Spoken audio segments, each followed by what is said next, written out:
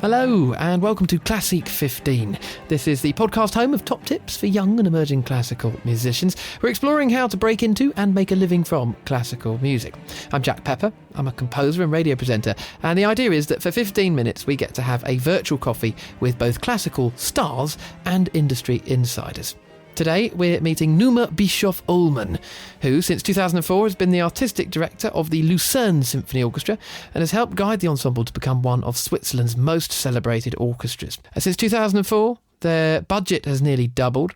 He's overseen the expansion of the orchestra, the appointment of James Gaffigan as chief conductor from 2011 to 2021, a collaboration with world-class record labels, including Warner Classics and Sony BMG, and also the creation of a full-time music outreach position, which was relatively new for Swiss orchestras at the time. He's also overseen the appointment of the current chief conductor, Michael Sanderling, and he's the originator and artistic director of the new piano festival in Lucerne called Le Piano Symphonique. In addition to his work at the Lucerne Symphony Orchestra, Numa has also sat on the juries of many major competitions, including the International Busoni Piano Competition and the International Gilmour Award in America. But we start the chat exploring his home. When we spoke on a video call, I started by asking Numa how he'd describe the Lucerne Symphony Orchestra. Well, first of all, we have a wonderful orchestra, I would say, because it's an orchestra that is hungry, that is willing to build, to develop, to strive for world class. And we have a wonderful time behind us of the last 20 years since we are orchestra in residence of the world famous KK Lucerne.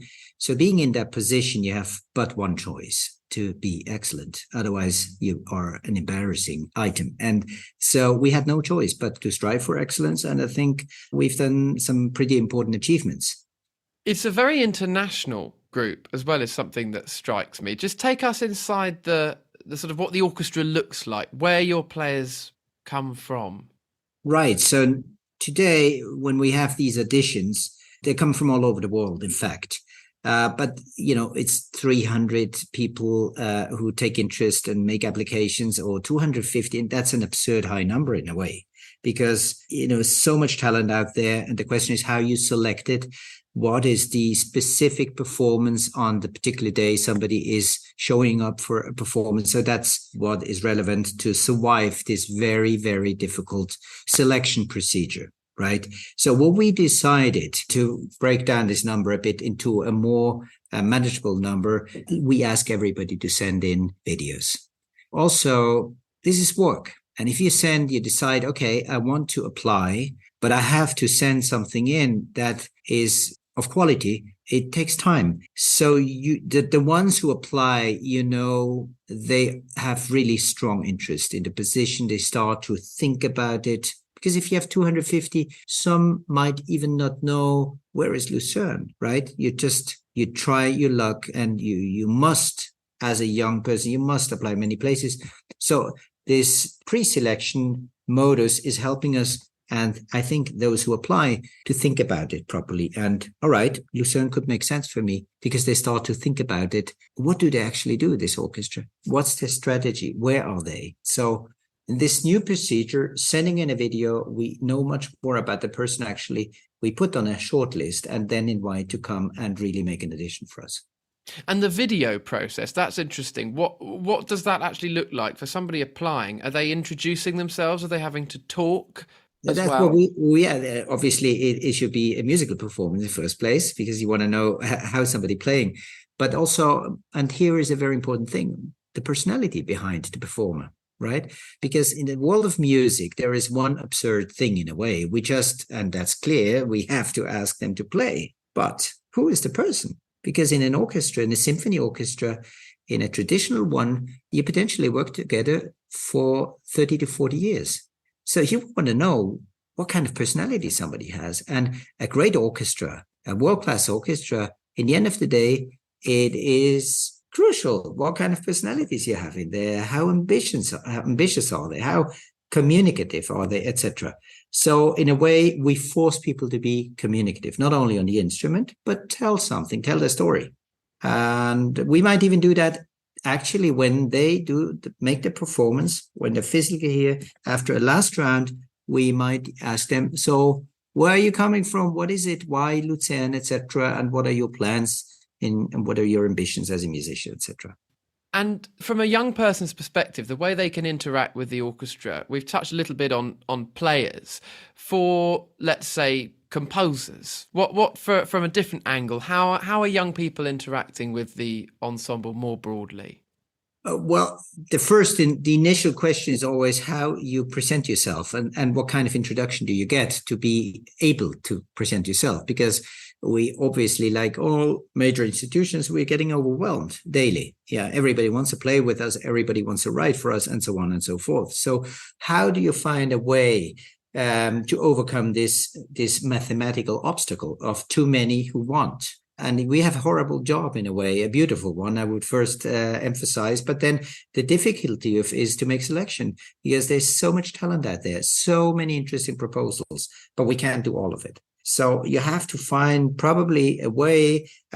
Remains part of the secret of success. In the end of the day, it's about a taste, it's about a color, to find this thin, slot atmospherically, time-wise, etc., how you can make a proper presentation. One of the things I encourage students before they even have time to practically think about a career, come and attend concerts. So you understand the atmosphere of the concert hall, of backstage life, of an orchestra. You start to get to know people, make acquaintances, etc.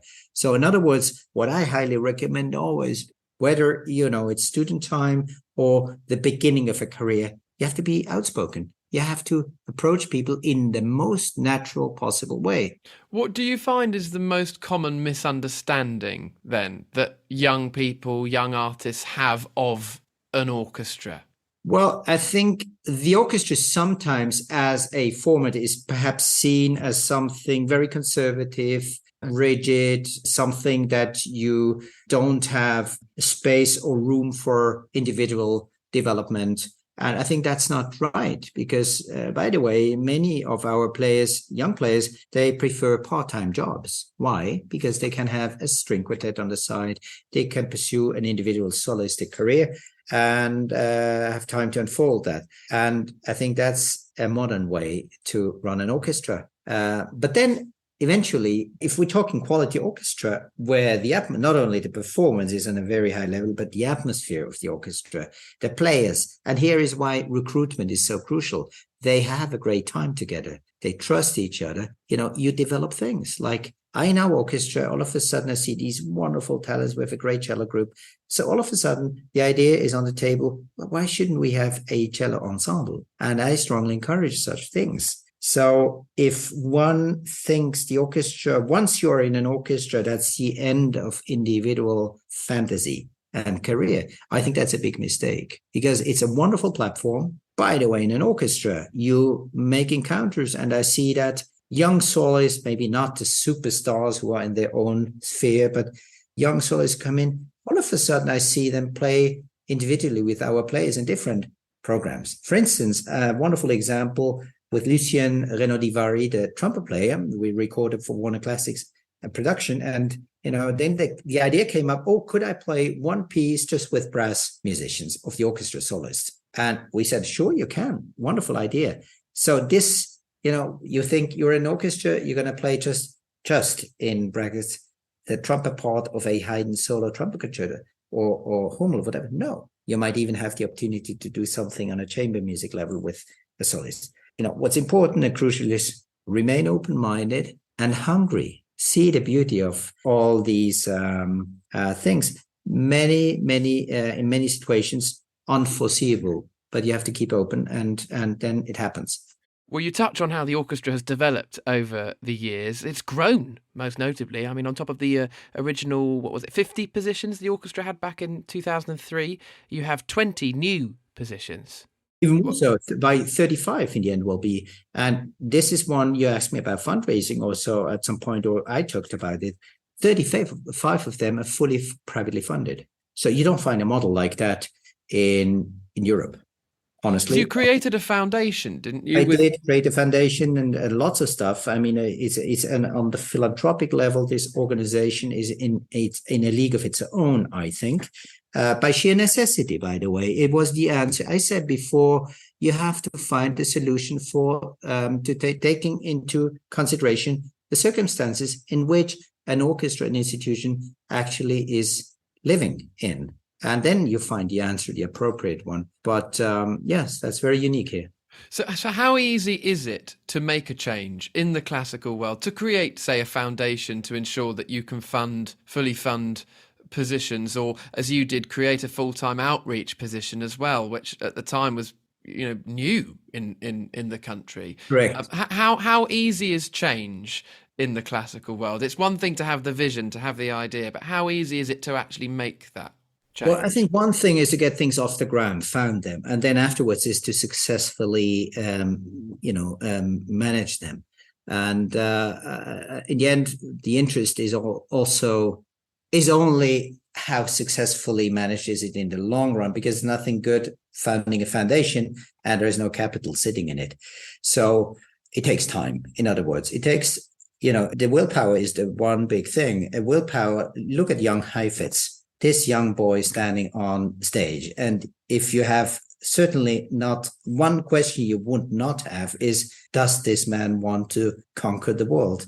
Because his willpower is so strong. You hear it in every single note he's playing. So in my position, it's absolutely the same. Do you want it to be successful? But you're burning for it? Part of it is the energy, the vision, obviously, the skills and all this, and then the time. I'm an investor this is my humble view of things, but not in terms of money, because I'm not in the league to be an investor of that kind, but I can invest my time. I can give my dedication for a thing, for a project, for an institution over a long run, and which I did with 20 years. Now you can argue, oh, wow, my God, 20 years, that's a long run. Shouldn't there be a change?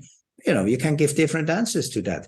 But one thing for sure, if you have the long-term plan, like an entrepreneur who is not going to sleep unless the problem is solved, that's the kind of approach of an impresario, and that's an advantage. And does a musician need that? If there's a young musician listening to this, is that a quality, the entrepreneur? If there's a quality that's really important, the most important quality, if you like, something for a young artist to be, is it that?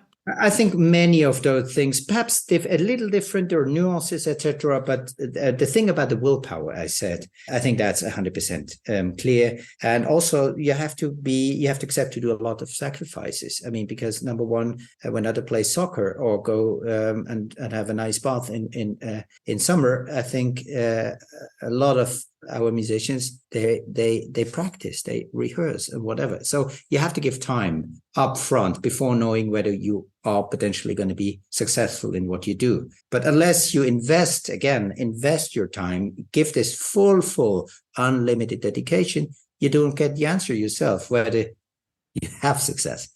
So that's something like in a startup. You do not know whether it's going to be successful, but unless you do anything for it, it cannot be successful. And then there's some things that now you cannot explain. I just recently in South America came across a young violinist who can do everything. I mean, being so impressed musically, but then there's the personality. And in the end of the day, I think I'm more impressed even by the person, because you see a lot of greatly talented young players. It's amazing, isn't it? It's astonishing all they can do at age 15, 14, 16, doesn't matter. But the personality. And then you have an interview and you see, or the maturity of the playing. Well, where is this coming from? I think you can't explain at the end of the day, unfortunately. So the mystery is there. I think I started with it, and I would also end with it, because we cannot rationally explain everything. Why? That's the mystery of music. Why are you touched by Scarlatti's Sonata 113, much more than, and I'm making up, than Sonata 87. I don't know by heart how Sonata 87 is sounding, or the other one. But why is the one sonata touching you so much, where mechanically both are at the same level, perhaps? So you cannot explain why one symphony is giving you much more than the other, or one sonata, and the same for the player. And that remains mysterious. The last mile of the mileage cannot be bought. It cannot be, there's no recipe for it. But there are good recipes for the long path.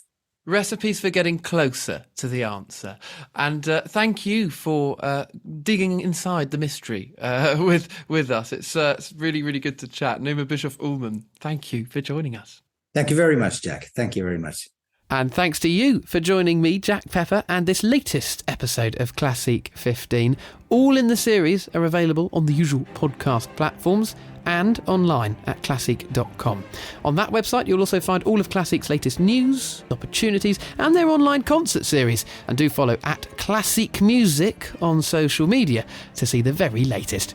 Thanks for joining me, and I hope to see you soon.